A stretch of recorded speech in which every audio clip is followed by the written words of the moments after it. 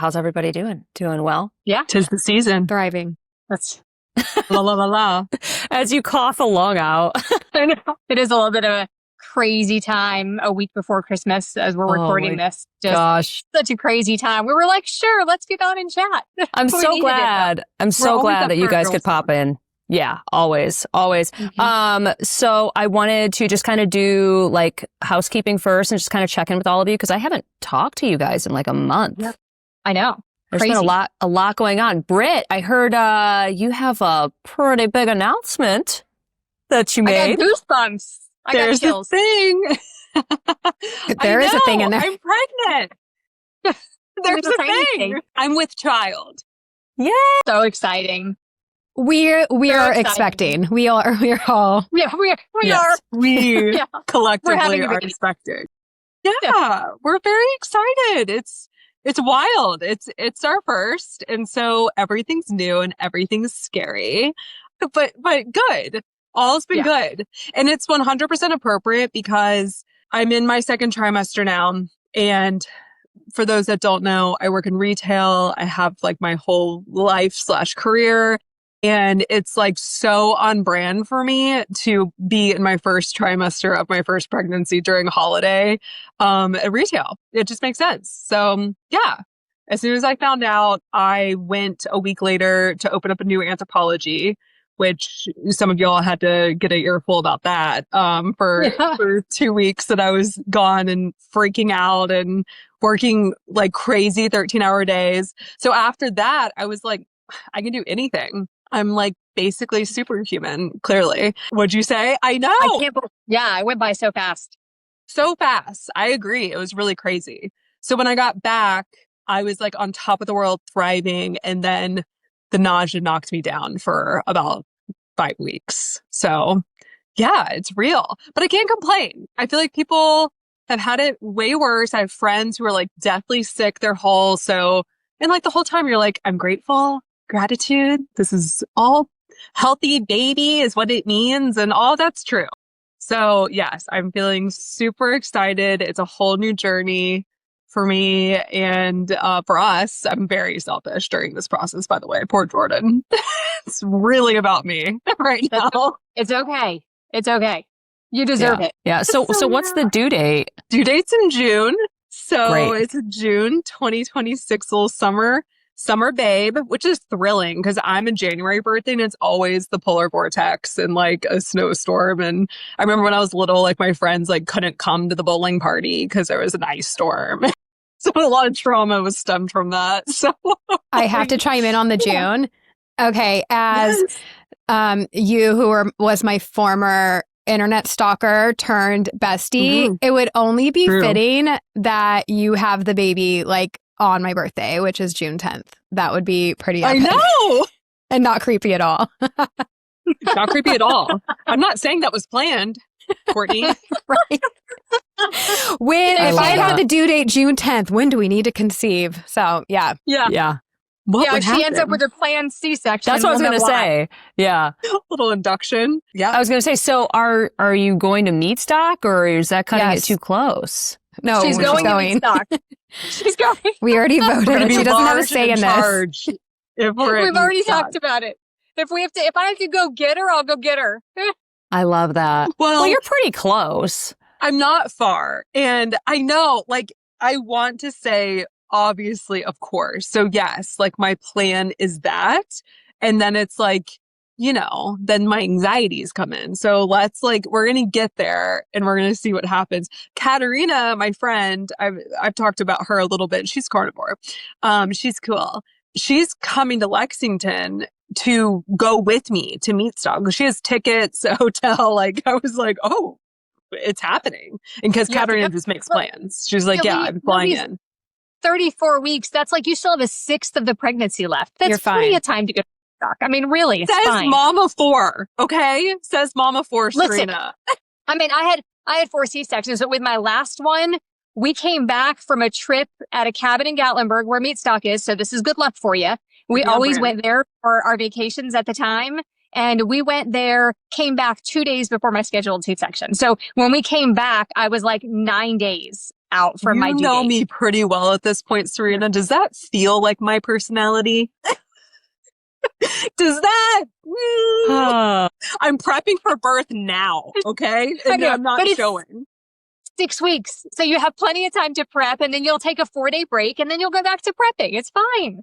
It's my plan, okay? I've told Carnivore Bar, it's my plan. I've told Scott, it's my plan. Well, I haven't really talked about this with Scott yet. Scott, it's my plan to be there. So we expect it. I love it. Well, hopefully you'll be there. We'll all be there. So I'll put a link in the description to get your tickets to meet Stock because it's the best time ever. Speaking of babies, Serena, don't you have a new grandbaby? I do. I have chills again. I do.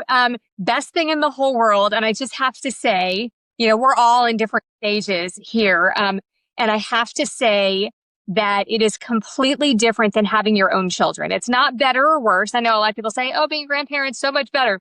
I don't think it's better, but it's different. Like, I don't have the anxiety that I had when I had kids. Like, when my kids would cry, I would sweat and bounce. And, like you get this like frantic, you'll learn, Britt, this frantic, like sweating and bouncing. You know what I mean? But with this baby, I'm just like, it's like, it's completely different and amazing. And she's beautiful and she's wonderful. And our daughter is doing great. Like, I couldn't be prouder. And this baby is perfection. Like, we just love her so much. It has been a really neat experience. And to watch my husband as a grandpa, like, I'm a grandma.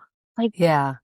What? That's so weird. Because it doesn't feel like I'm a grandma. And that's because of all the steak I eat. So, it's because I eat so much meat and eggs and cheese. I don't feel like a grandma. And so it's different than I thought it would be. You know what I mean? But it's amazing. It's amazing. It's just been so great. Like, I'm beaming. When my daughter comes with the baby, like, we all crowd, there's 6 of us in our family. And when she comes with the baby, we all crowd around the infant carrier, like waiting for her to wake up. We can't wait to spend time with that baby. All of us. It's really neat. We love her. That's awesome. Tell us How old is she? Her name, because her name's precious. Her name is Dulcie Joy. Very, very sweet. Yeah, very, very sweet. And it's been neat to watch my other kids with this baby. They are 7. We have girls that are 17 and 19. Our son is 23 and just got married 6 months ago. And it's really neat to watch all of them with her. And he actually just came to work full time with us on the lotions this week. And we have pictures of him holding her right here, like doing his graphic design stuff while he's holding her. And he'll put a picture. You know how babies love fans? Babies love fans. And so we have 2 monitors and he will put a fan on one monitor. But there's actually videos for babies with fans on them. Like, that's how common it is that babies love fans. So he'll put that on one monitor while he's holding her and he'll be doing his work on the other monitor. It's really sweet. So yeah, we all just love her. So how old is she? 9.5 weeks. I think. Yeah. Wow. 9.5. So Fresh. Yeah. I love that. Really, age. she was born in October. So yeah, it's been definitely a neat thing to learn how to be a grandma. You know what I mean? Like, it's pretty cool though. That's awesome. And Courtney, you've got some big life changes coming up with Vanlife. Tell us a little bit more about that. Gosh, where do I start? So yeah, we're leaving the house. Oh, my mom just reminded me. I'm like 10 minutes before I get on this call. She's like, so just so you know, it's 30 days now. Now it's 30 days. I'm like, oh, okay. Because you look around, we haven't done anything. And she's like, how can I help you? I'm like, I don't know. Like, it's analysis paralysis. Haven't done one thing to prepare. Okay. House full of stuff, we need a storage unit. I need to start packing. I need like linens for the van. I mean, I look around and my house is just a disaster. It's like, we need to purge stuff. We need to pack it up. 30 days. Okay. It's very unfortunate that both Jeff and I, like, we're both type B procrastinators. So it's like, there's not one of us that's like, yeah, let's do this. Like, we're both like, it's fine. Yeah. We'll pack the night before. Like, we're just going on a trip or something. So yeah, we leave in 30 days apparently, and we're hitting the road. And okay, we are not living in the van full time. Like, I have 2 little kids. I am not camping for a year. Okay. So we're going to sprinkle in some camping. I see a lot of Airbnbs in my future because we're in California. It's expensive. we will save money. Even if we're hopping around to Airbnbs, it's still going to be way cheaper than like what we're paying right now. So, the girl math says I am saving my husband money by doing this trip. So we're very excited. I just need to get it going. Like mentally, I'm ready. Physically, we're not ready, but it's okay.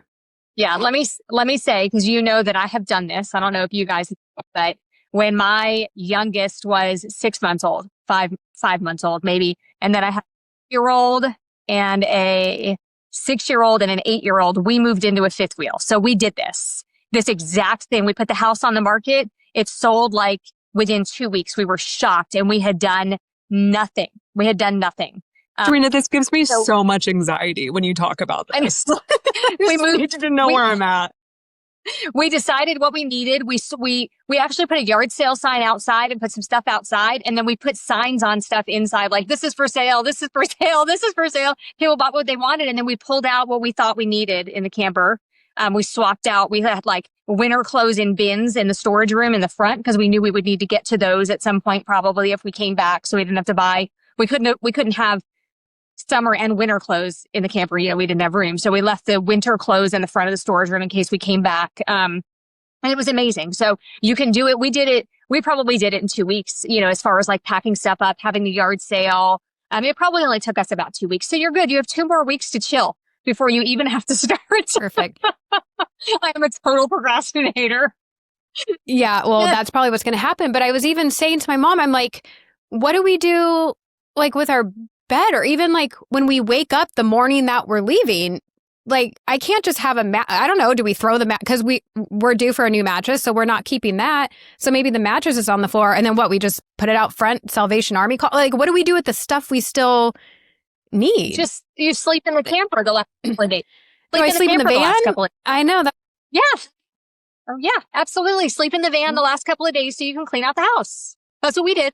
We slept in the camper for probably 3 or 4 days while we were back and forth to the house. Because also, you don't know what you need yet. So it's really best to sleep in the van for the last few nights. Get ready in there, do all your stuff, pack it like you're leaving, and spend like 3 or 4 nights in it at a campground or in the yard. Do everything in there. Cook in there. Do everything while you're cleaning the house. No, in the van. We've done enough. And that we've done a lot of trips. That way you'll know. I know, but that way you'll know if you need stuff. You know what I mean? Like, no, I get that. But we've done a lot of little trips recently. So I think we're good. I think we got like a good understanding of what we need. I'm just worried about like all this stuff here. Like, I'm so jealous. I am not. So I am not. Who said that, Britt? Me. Oh, Jenny said it. So listen, we have an Airstream, and we camped in it for a month with the boys this summer. And by the end of it, I was like, I want to be home. But that was with 4-year-old twin boys. So I think if maybe they were a little older, it'd be more fun. Well, I'd sell the house in a heartbeat. That's camping too. I feel like that's different. And that's why we're doing a lot of Airbnbs, because like we did 3 nights camping, and I'm like, that is my max, because it is mentally draining to make sure your kids are okay. Because when you're at home, it's like they can play in the backyard, they can go in the rooms, like you don't have to, watch them like a hawk. But when you're essentially living in a parking spot with cars going by, you have to just like watch them. So it's mentally draining to like not have any like downtime, unless you like, bring an iPad and they can watch a movie, and then you can have like a second to yourself to like think. So like 2-3 night max camping, and then Airbnb for a week, and then we can like reset ourselves. So I think that's a really, really good idea. That's fun. Yeah. I could get on board with that. With the Airbnb. I could do that all day. Yeah. Cause then I feel like it's almost like vacation in a way. It's cool. Like, we still need to like work, but you know what I mean? Like we'll just be bouncing around and seeing where we want to live. Like we might not come back to California. So we'll see like what tickles our fancy. Love it. Bye bye, we'll have California. Yeah. No bye. See you later. We'll have to go camping, because our Airstream right now is parked down in Florida, right by our house down there. So we're ready to go. Like February, we're going to be camping in it for most of the month. So we'll have to see where you guys end up by then, and maybe meet you. So jealous. Yeah, the first half of February will be in Texas, but then we'll make our way towards the East Coast. So I don't know where, just like even like Alabama. I feel like Alabama gets such a bad rap, but I've heard like really amazing things about like a few certain places in Alabama. So I don't know what our path looks like on the way there, but we can meet in Alabama, baby. Let's do it, baby. I love that. I love that for us.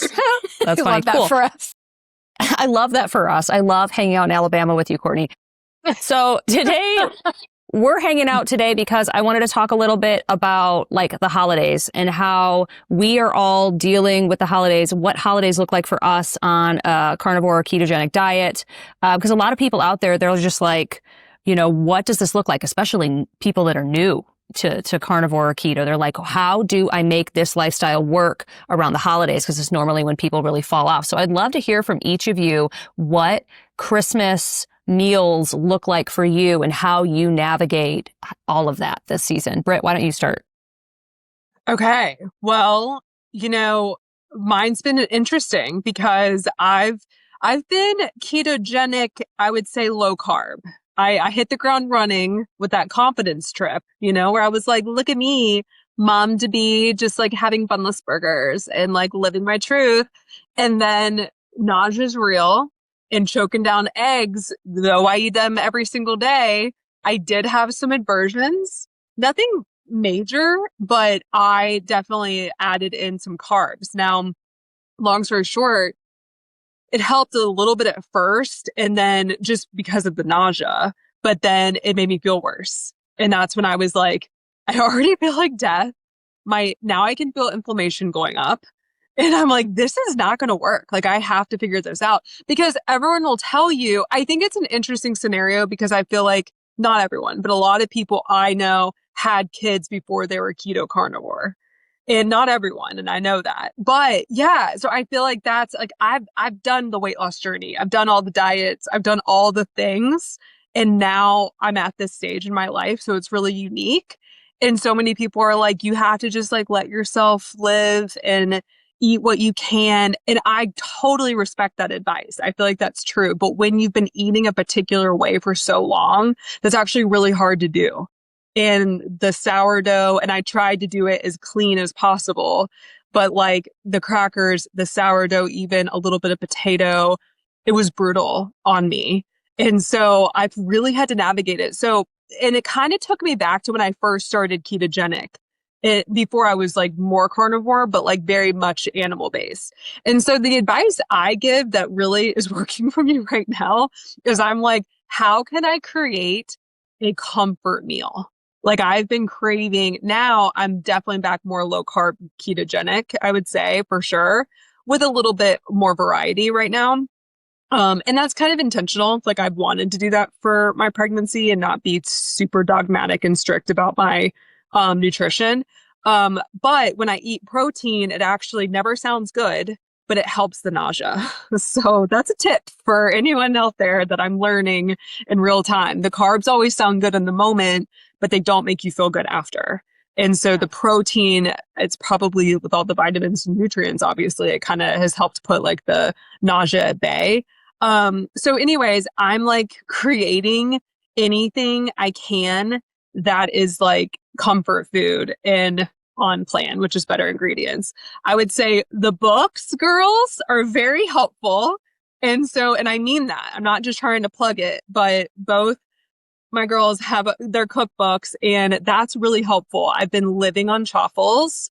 I've been doing a lot of like Greek yogurt, like kind of like think like a parfait.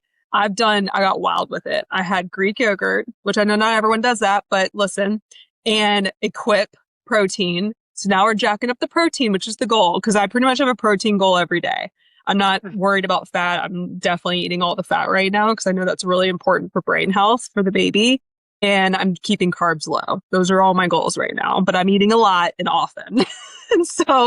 And then I'm taking carnivore bar and sprinkling it on top like granola, and it's fire. So that's been a moment lately. I'm doing fettuccine Alfredo. This is very much ketogenic, but I use miracle noodles. And so I've been like craving chicken, which is really odd for me, being like a beef and meat girl. I've not had a steak in 2 months because it sounds terrible. Yeah. Yeah. That same thing happened to me. Brutal. It's sad. we used to eat steaks once a week. I was pregnant before Carnivore, but we'd eat ribeyes on Fridays. I did not touch a steak for almost the entire duration of my pregnancy. The minute I gave birth, then the very first meal I had in the hospital was pot roast. I craved it. It's amazing. Oh, I've done like burgers have been good. I've been trying to get my red meat in some capacity because I think I need it. But it's like, yeah, the things that sound amazing. But that would be my thing. I'm turning everything I possibly can into comfort meals that are high protein and meat based right now. I'm using a lot of carnivore bar, a lot of dairy. Nice. Then whatever else, truffles have been a go-to. Great. So what are you going to cook for Christmas then if you have these specific things going on? I know. We're spending Christmas. So that's a great thing. So we're spending Christmas, just the two of us.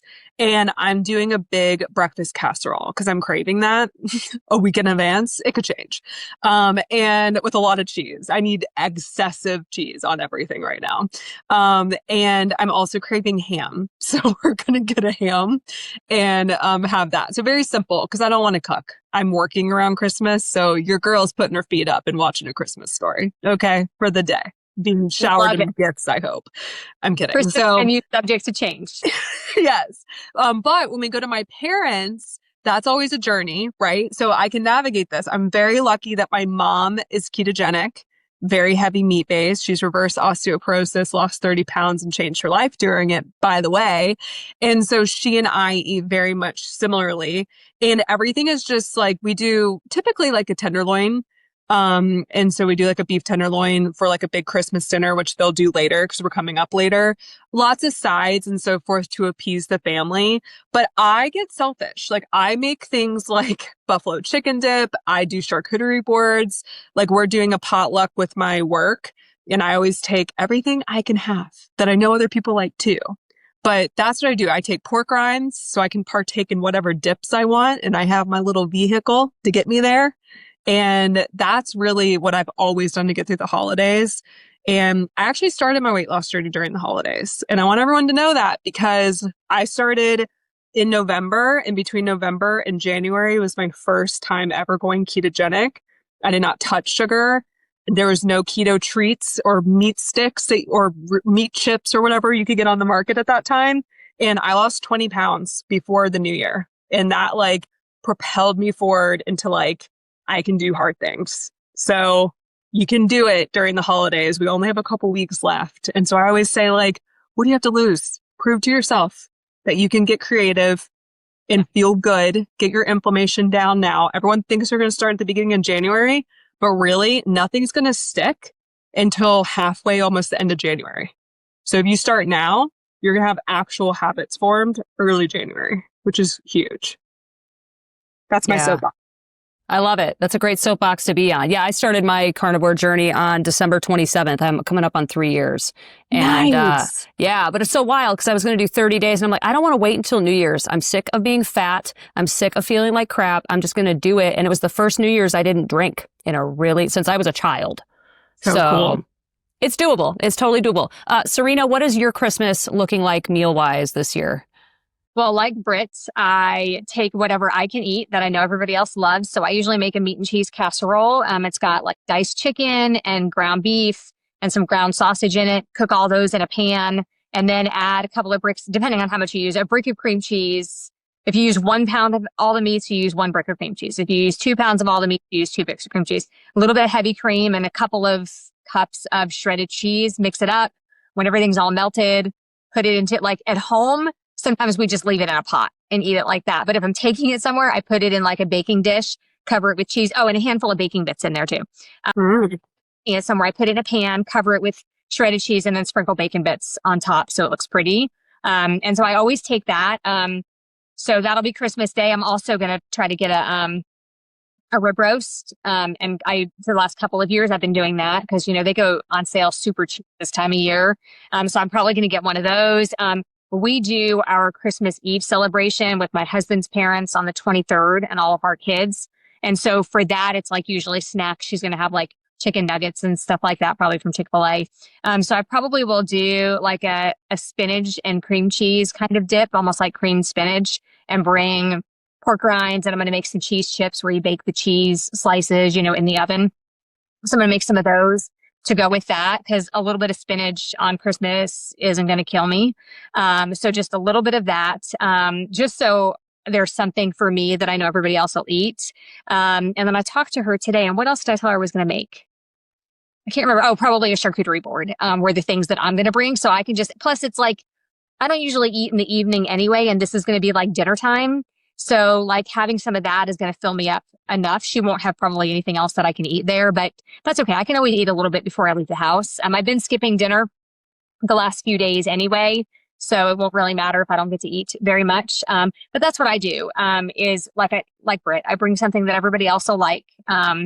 And then I just eat that. And that's what I did on Thanksgiving. I only had my meat and cheese casserole on Thanksgiving. I had a little bit of turkey too. But that was the only thing I ate. There was tables and tables of food, and that was all I had. And then I wake up the day after Thanksgiving and I feel good, so it's like important. It's important to me to bring what I know I like and what I know I can eat so that I don't mess up, get tempted. And sometimes I even eat before I leave the house. I mean, that's another trick that a lot of people don't do. If you're going to a family gathering like that, ruin your appetite. Ruin your appetite first, right? Have a couple of burgers before you leave the house or something. And then you're not going to be as hungry, and that's going to help you stay on track.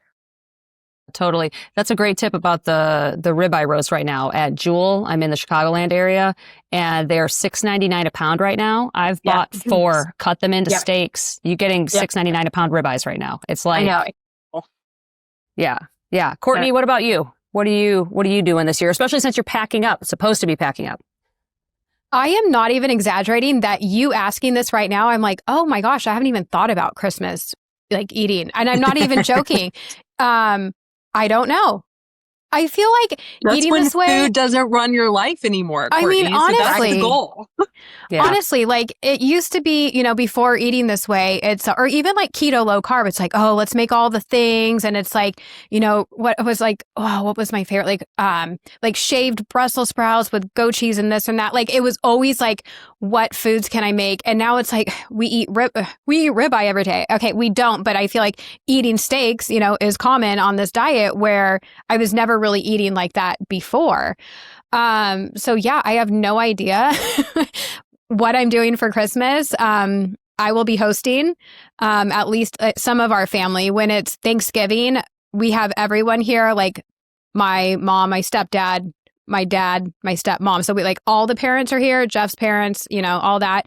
But then on Christmas, we kind of separate just a little bit. Like, so on Christmas Eve, I will go to my dad and my stepmom's house, and they're keto. They've been keto for a while.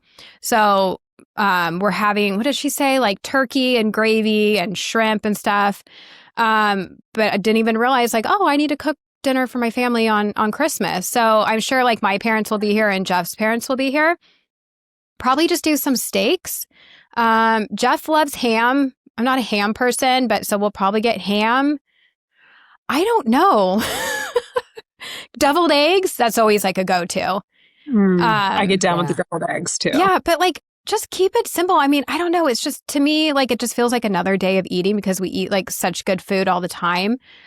So maybe like it would just be like a little bit more variety. Like, so maybe we'll do a tri-tip, deviled eggs, some bacon. Like I'll just put a little bit more effort than door dashing burger patties like I usually do. Do some sort of dessert, like just carnivore ice cream, I guess. Or, what sounds also like amazing is ordering barbecue and not having to do anything. But it's so expensive. Like, and then it kind of just like, it's frustrating. Oh yeah, I'll pay $30 a pound when I could have just thrown this in the smoker at $4 a pound. So we'll see what happens. Yeah. We'll see where my effort meter is at as it gets closer. I love that we're literally like workshopping your Christmas dinner right now. It's like, it just feels like another day because it's like my family's always together. We always eat good. That it's like, I don't know, maybe if we had out of town people, then it would be different. But it's like, we see each other and we eat steak all the time anyway. So, yeah. What about you? So I'm we have an interesting holiday set up because normally Christmas Eve would be with my dad, but he just had heart surgery, doing really well. But we're obviously not getting together for the holidays for that. So Christmas Eve is free now. I have no idea. I think we might go into the city and like go see lights and stuff. I don't know. Or we'll just sit at home and watch TV. Actual Christmas Day is my mom's house, 3 p.m. and she's going to cook something. I'm not cooking anything. So wow. No, I almost never cook for Christmas. We have, okay, here's the thing. So we have I know. We have a tiny house, and someday when we can afford a larger home, we're going to host Thanksgiving. That's the holiday we're going to take over. For Thanksgiving, we spatchcock 2 turkeys. We do carnivore gravy, and we do a couple of other like carnivore things. We bring that to the feast, and then everybody brings their other stuff too. But for Christmas, we usually do a prime rib for New Year's Eve and king crab. We're not doing crab this year because king crab isn't really in the stores right now because the population is decimated. But yeah, that's pretty much, I'm boring. And then for Serbian Christmas, which is Orthodox, so that's January 7th, if we're with his family, they'll grill out a bunch of meat and different foods and stuff and have that there, and we'll just eat the meat. But yeah, I'm lame. I do not cook at Christmas time. I think it sounds wonderful. I know. Sounds great. The goal this year for me.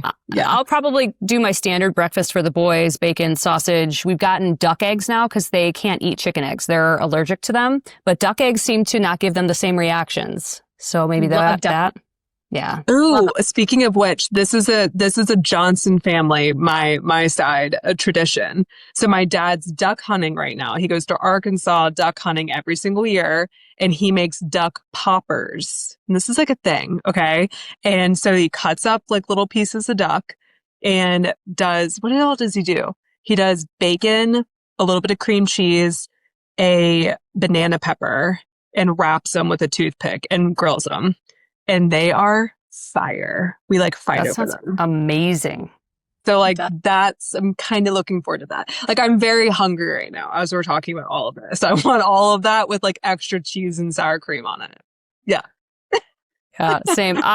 It's so funny because I was waiting to get on with you guys, and I'm in my office. I was just plowing McDonald's burger patties because I'm doing an experiment right now where that's all I'm eating for 10 days. And I looked up and I'm like, oh my God, I have 4 minutes. And there's like crumbles of beef coming down my face. So I'm not hungry right now because I just ate. But what day are you on? I know that you'll document this, but I'm curious. Yes. Today I think is day 10. Tomorrow we're doing DEXA scans. I'm going to do it for 11 days and then blood work on Friday. How do you feel? I can't wait to hear. I feel really good. Like just beef. Yeah. It kind of just cuts the noise and I feel very energetic. I've been doing a lot of other things for the Hashimoto stuff too, though, that I feel like are all kind of dialing in. But I think I'm going to try Lion in January and just see what happens. Yeah, you could do that. I did Lion diet 3 years ago for the month of January, and it was really good. I felt really good. Yeah, I've only been able to do Lion besides this time right now where I'm just eating the burger patties for like 2 weeks. And I was doing like a dirty Lion. I was mixing in other things. I really want to do like strict Lion or maybe like sea lion where I ate some sardines too. So love that. Love that. That's so funny. Sea lion. No, that's a good idea because I did Lion once. I maybe made it like 3 weeks where I needed other like animals even. Like I was craving salmon and chicken wings. So at 3 weeks, I brought those back in, but I stayed dairy free for the 30 days. But it was hard. It was hard. Yeah. Maybe I need to do that again. I did drop some pounds.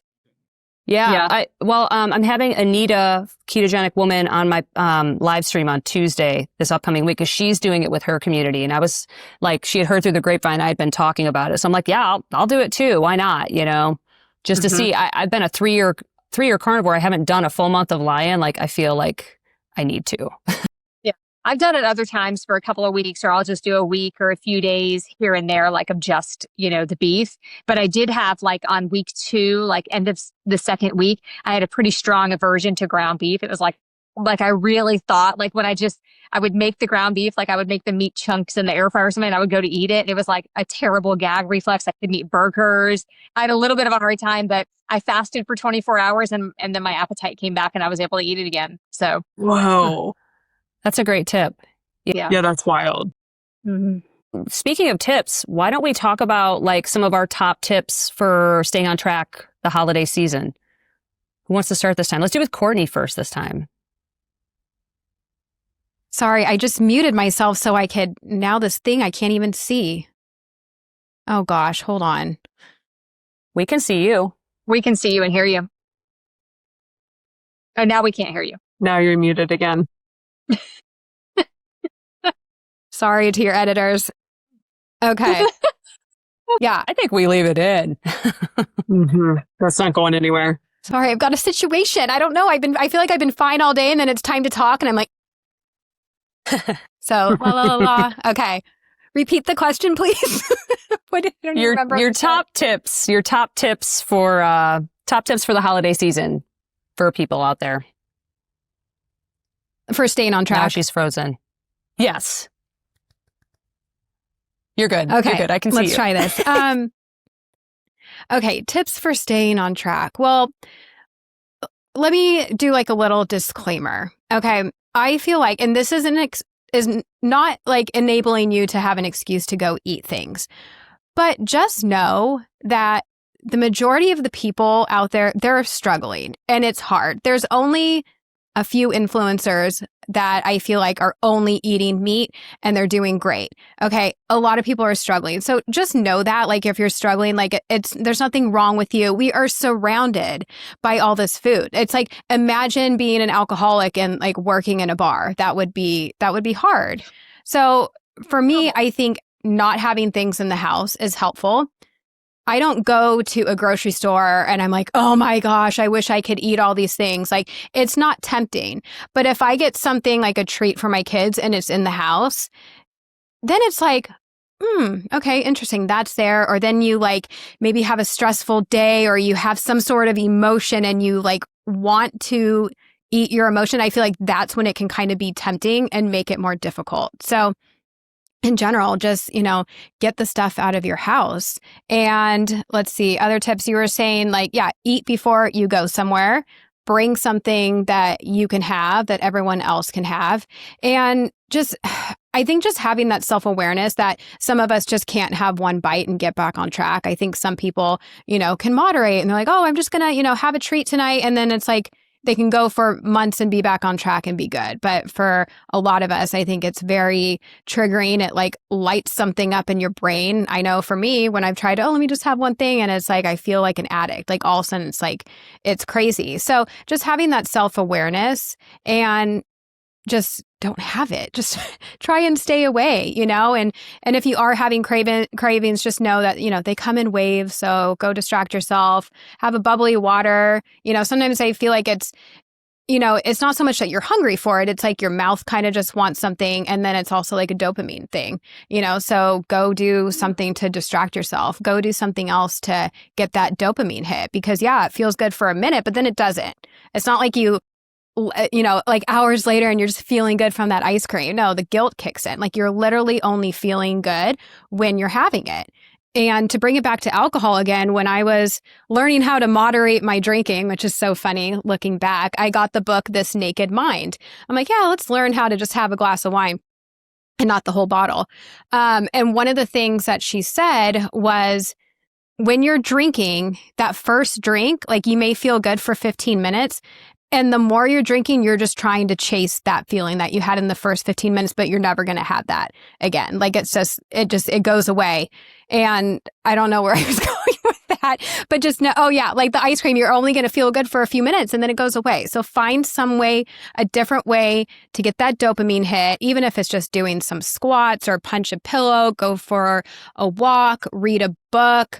I don't know. What else makes people happy? Like knit. I don't know. Maybe that's not very like makes you happy, but it can be like a good distraction. I guess that's all I got. I love it. Serena, what about you? So I saw somebody posted recently. I don't know if you guys saw it. It was something like, and this is not verbatim because I can't remember exactly what it was. Something like, somebody dinged my car at the end of November. Somebody hit it with their door, dinged the side of my car. And so for the rest of December, for the rest of the holidays, I'm going to drive around hitting everything I can until I take it to the shop in January.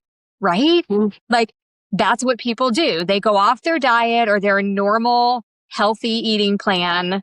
And even if you don't eat healthy, it is like whatever you normally eat, like the standard American diet is off the charts bad, from Thanksgiving through New Year's, right? So I think that's a really good analogy that, and I saw another one time that was like, if you leave your house and you get lost, do you try to get back on track right away on the way you're supposed to be, or do you go home and start again, right? Or do you right? Both of those things are just such good analogies of what we do. Most people are off track from Thanksgiving through January because they say, oh, it's the holidays and I'll get back on track in January. But you could gain 20 pounds. Like if I went off right now and said, right, all three of you are nodding. If I went off at Thanksgiving and said, I'm going to eat whatever I want until January 1st, I would gain more than 20 pounds. I could gain 30 pounds that quickly, like it was nothing. I could gain 10 pounds. I could gain 10 pounds this week. You know what I mean? So I think that's a really good analogy. And I'll be honest, I did great on Thanksgiving, but the next week, my kids, are not carnivore. They're not even low carb most of the time, but they made some peppermint bark and I looked at it for like 5 days. And one evening I walked by and I broke a piece off. That was it. It was like full on. I was like sweating a little bit. I couldn't stop thinking about it. I mean, I was so sick for the next 48 hours because I couldn't stop, and that's the problem. And then when it was gone, they were like, oh no, the peppermint bark is gone. Let's make more. And they went to the store and they got the ingredients and they made more. It was like, oh good, cause I had eaten so much of it.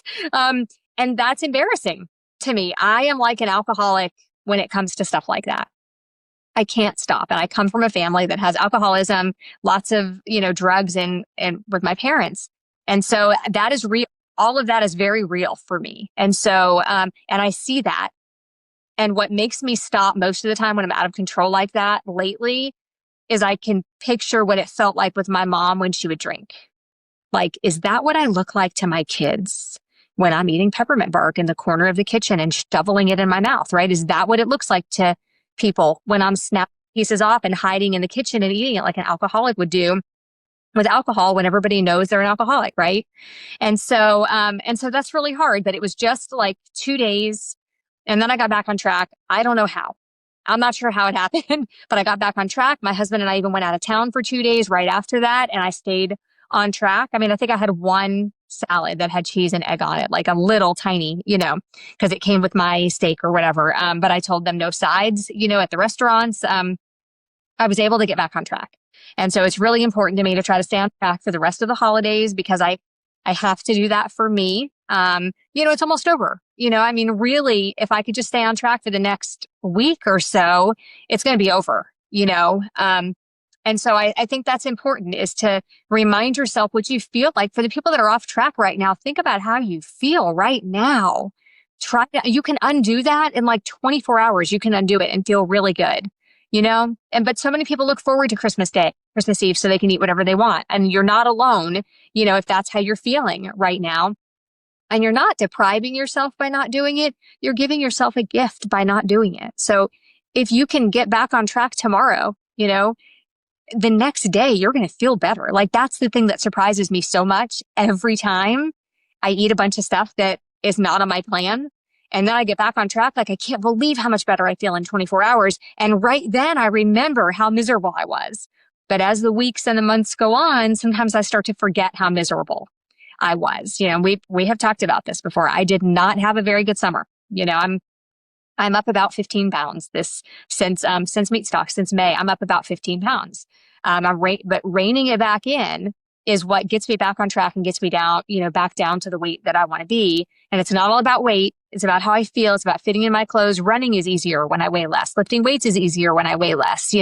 Getting up and down is easier. Tying my shoes is easier when I weigh less. There are so many things. Make yourself a list of the things that are easier when you're not eating the junk that you're eating right now. You know what I mean? So for me, I'm back on track. I'm going to eat those foods that I mentioned here over the holidays. And I feel really strong right now, which is good because it's been about 2.5 weeks since I had the mishap for a couple of days. And that's like the couple of days, that's huge that I was able to rein it back in after just a couple of days because typically it's weeks for me. So I took that as a win. It was just I woke up that third day and said, I'm not having it today. And then I didn't. So that's big. That's big for me. So for the holidays, I will just be really careful and be mindful. And it's been recent. So I remember how miserable I felt a couple weeks ago. And so just got to get back on track, and then just try to stay there and just remember how you feel and make a list of your whys, maybe like, why are you doing carnivore? It's okay to miss the peppermint bark because it's Christmas. It's okay to miss the candy canes. It's okay to miss the cake and the pies. It's okay to miss those things. It's not going to hurt you to miss them, but it will hurt you if you partake in them and eat them. Yeah. I mean, kudos to you for getting back on track after just 2 days, because that's a really big deal. I was really proud of myself because I didn't think I could do it. I don't think I've ever had just a 2-day thing. It's always more than that. I don't eat just one. I don't have just a couple of bites of something tonight and then wake up tomorrow and get back on track. That is not who I am. As many times as I have tried that, that is not who I am. The next day, the cravings are worse and I wake up like famished, starving, like I haven't eaten in 30 days is how I wake up. So that was huge for me. I can't remember what I did. I don't know if I did like an egg fast or something, like I just ate a bunch of something when I woke up the next morning to curb that. And it worked, like lots of protein, lots of fat. I probably had some raw dairy from Miller's Biofarm. Actually, I probably drank like half a pint of heavy cream the next morning and then I was good. Nice. Yeah, which is amazing. I love raw dairy. Yeah, I can gain 20 pounds blinking, like 20 pounds on. Yeah, I know. So easy. It's so easy. Can Britt, I chime in with something? What are your tips? Yeah. Before Britt goes. I just want to like almost defend us in a way, just so to someone who may be like wondering, because I get this a lot when you're saying, oh, I just had that one little bite of peppermint bark and then, it went from there. I think a lot of people think that happens. We're uncontrollable because we are, what did I write down? Being so restrictive. And because we're like, oh, we're not allowed to have it. We can't. And then we do and we spiral. Let me just say, I have tried many times where, like before this even, or even this last summer when I was adding carbs, where I was giving myself the permission to try and eat these foods. So it wasn't like, oh, I shouldn't have them and now I'm restricted and then I'm going to go binge. And even before carnivore, I tried to eat all things in moderation. I had the permission to eat this. So it's not even a mindset thing. Like it's literally, at least, with the processed foods or whatever, doing something in our brain where it feels uncontrollable. So I just wanted to put that out there, that it's not always that like permission restrictive thing, that it's literally like chemical. Yeah. Thank you that's true. Yeah, that's a totally great point. Britt? Yeah. So the way I approach holidays and when I was coaching, that was slightly different because I was coaching, but what I would say to whoever's listening to this is, what season are you in? Because I think that that's really important. And number 2 with that is knowing yourself. And so I think what I think of with that, if you're in weight loss mode, you've been crushing it since October, are you really going to it is Jesus's birthday, okay? And we celebrate that, but are we really going to let that undo what you've already done? We're not going to. So go ahead and get that out of your mind. You don't get a day, actually. And so you have to keep going. And we're going to talk about tools to keep going. If I'm in a slightly different season right now, which is very rare for me.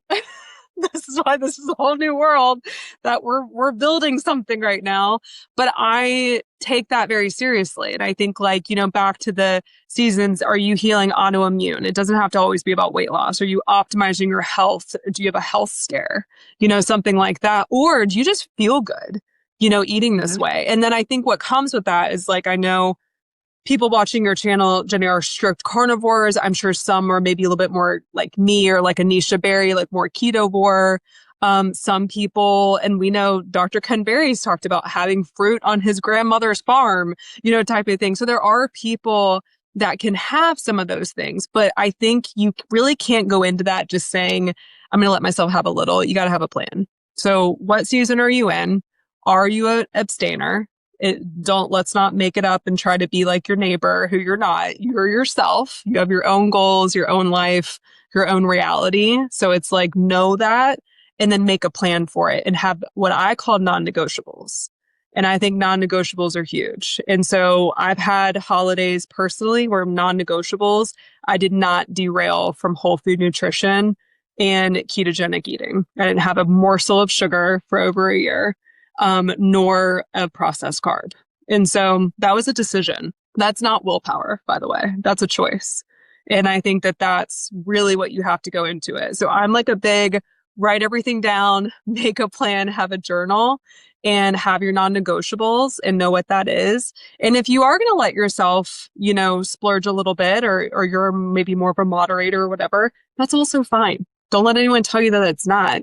If you're able to do that and not lie to yourself and you can actually get back on track, and just know that, you also need to understand things like blood sugar. Like I know for myself right now, when I've had a little bit more carb or things like that, kind of getting through a season, I do 40 squats after I eat.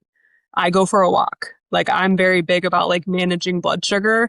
And when you can start doing those things, if you are someone that has a little bit more flexibility with your diet, you actually let go of this all or nothing mentality. It's no longer about binging in front of Netflix on the couch and not caring till tomorrow, because you're making conscious decisions on how to react to your choices of what you're eating by moving your body afterwards, or by doing those other types of things like Courtney was saying too, and Serena, like listen to a podcast, treat yourself to a bath, light a preferably non-toxic candle.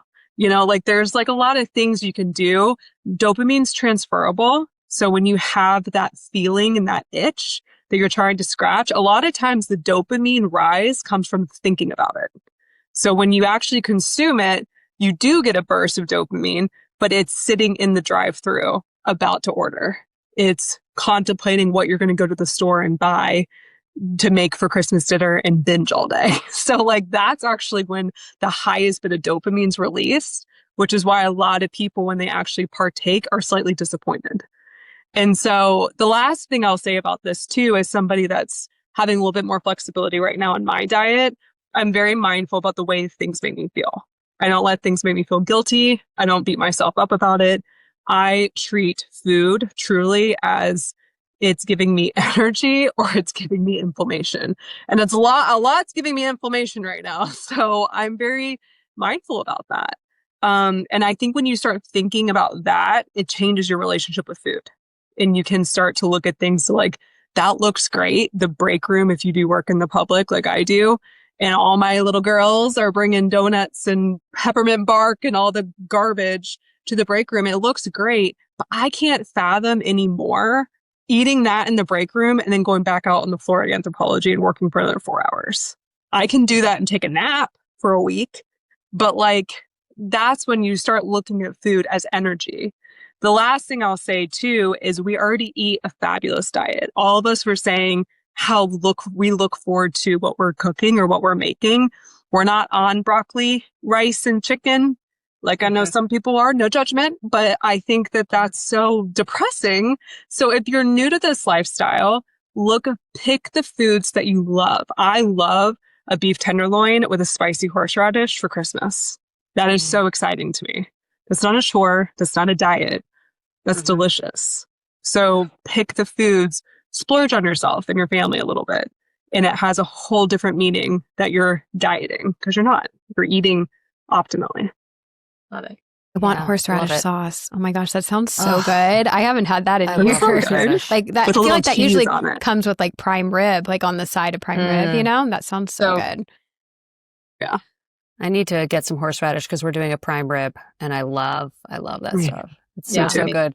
My tips, I would say mindset, really important. Making that conscious decision that if you're going to be sticking to plan, that you make that decision. I love the planning. I think if you want to have a dessert, make a carnivore or keto dessert.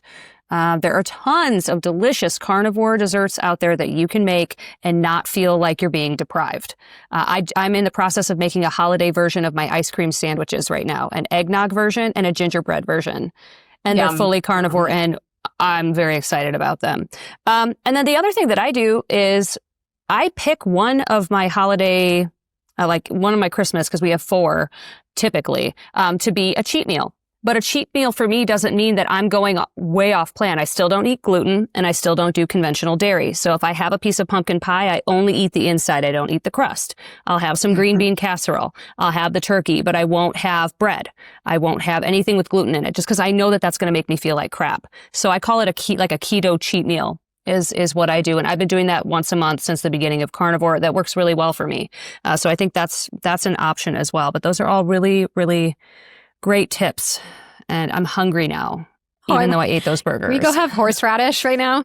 Yes. Yes, please. Well, this was awesome. I always love chatting with you guys. When are we going to be able to do this again? Because what are you going to be doing, Courtney, with your van lifing and all of this? Yeah.